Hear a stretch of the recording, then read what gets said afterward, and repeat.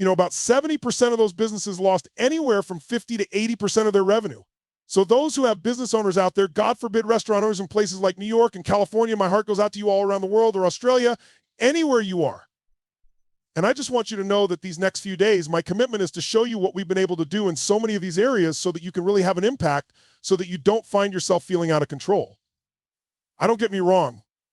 There's all kinds of things we can't control. We all know that we're in a situation that's unlike any we've seen in a long time. And with all that has created even more strife politically, strife that's gone on racially in some parts of the world, the U.S., for example. But in the midst of this wintertime, and it's clearly winter, some people freeze to death in winter. Other people figure out to snowboard or ski, how to build a great fire, how to be with their family, how to grow. And my heartfelt wish is to really serve you in a way this week. That'll blow your way. That'll really give you the momentum that you need. Because as I always say, there's two worlds to master, right? There's the external world, and listen, we can influence it. We can't control it completely, but everything in the external world started in your internal world. And if we master this internal world, then you're going to have an extraordinary quality of life, no matter what happens. Patterns that will make you angry and frustrated and stressed and overwhelmed and lonely, depressed, overwhelmed, whatever, stressed. And there are patterns that will make you feel excited, passionate, playful, strong, resilient, something euphoric, even at times. And many times we think it's because of what's happening in the outside world. But the truth is, we all have what I call an emotional home, a place that we go back to. It's easy to see when it's somebody else that they should move, but it's what they know. It's where they've grown up, but we all have an emotional home. And we don't see it, and that emotional home is controlling the quality of your life. I don't know what it is you truly want, but I know there are specific tools that will get you through the problems, the challenges, accelerate your success. And most importantly, make sure that you have a fulfillment, because there are a lot of people that succeed in business and finance and their careers and even have a beautiful family, and they're still not happy. Because their emotional home, what they kind of grew up with inside themselves, the thing they know they go back to, like those people going back to the home that they know is going to get destroyed again. And so we want to see if we can't expand your emotional home this week and give you a set of skills, tools for your body, for your emotions, for your relationships, for your business, for your career, and for your finance. In other words, let's look at the full picture of your life. And what I've discovered, you can't separate these two. If you try to think yourself into thinking positive, I'm happy, I'm happy, I'm happy, I'm happy. Your brain goes BS read between the lines. I'm not happy.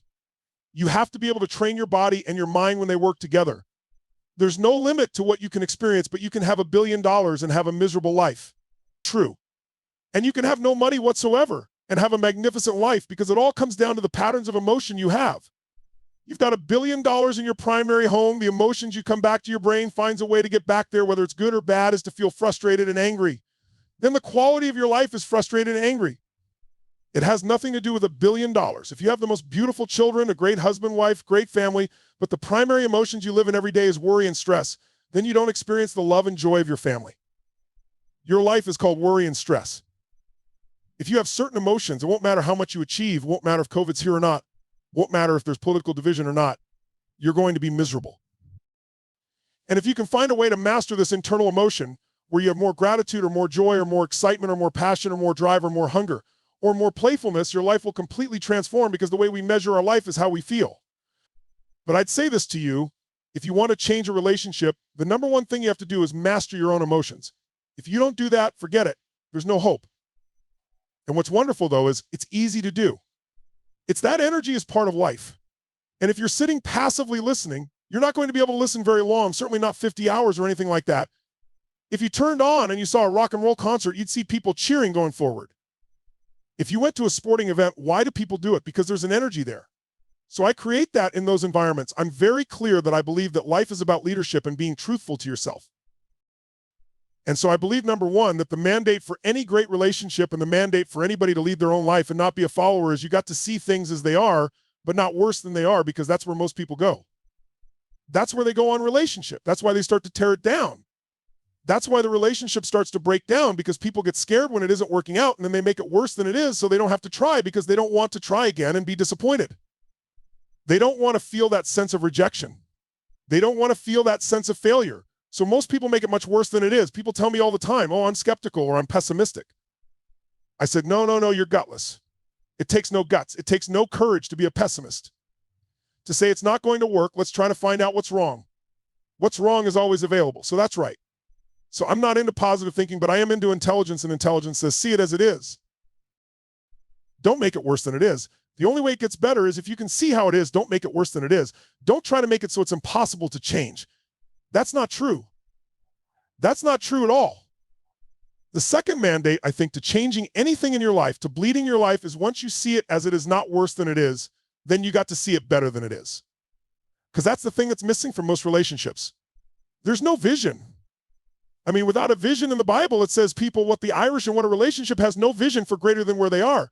That relationship is going downhill, if not destroyed. I believe that every relationship, every part of life, every part of a human being needs a compelling future. The future is not more compelling than today. Today could be tough, but if the future is compelling, we can get there. And that's what every leader does. And every one of you in this room, and I know some of you are here, I guess, well, just for your own relationship, I really acknowledge you for it, but I know that you're from the military here. I know the therapists here, people from all walks of life. We're all leaders. What's your job to lead? Your job is to help people see it as it is not worse than it is. What's your job? Help them create a compelling future. See it better than it is. So there's a reason to give my all again. Otherwise, there's just no juice. There's no energy. Why? They'll go through the motions. I'm playing with each other. Not really believe it's going to work and nothing will change. And then finally, the third step that we've all got to do if we're going to change our life or anybody else's, make it the way we see it. And that's where strategy comes in. I try to take things that are complex and make them as simple as possible. I've noticed most people in the psychological world try to make it as complex as humanly possible. So what's the first step when you think you're feeling rejection? What's step number one? Come on, guys, what is it? Identify it, specifically identify what the emotion really is. Let's call it that. Identify what the emotion really is. Identify what the emotion really is. So you ask yourself, what am I really feeling? So a person said rejection. What were you really feeling? And by the way, when he realizes he's just disappointed, it's not as intense as rejection, is it? What happened with one question? His pain just dropped. Now, so he's disappointed. Great. So now he knows when he realizes he's disappointed, he might even add some TV or a softener here. And the softener might be, he might say, I was a what? A little bit disappointed. Well, I'm a little bit disappointed. Okay, that makes it even less. Now, what does he do? Number two, does he make himself wrong for feeling that way? Yes or no? Yes or no? No, what does he do? He needs to acknowledge, and what else? Appreciate the fact that he's getting a very valuable message, and it's a message. He needs to change something. He needs to change his perception about it. So he's no longer disappointed or need to change his actions. So he doesn't be disappointed now or in the future. Step three, wasn't you do get incredibly white like a little kid? What? Curious. When we're curious, do we learn things more? We learn better. We're curious, you bet. So he needs to get incredibly curious about what this message has to offer him. If you were really curious, what do you think that message really had to offer you?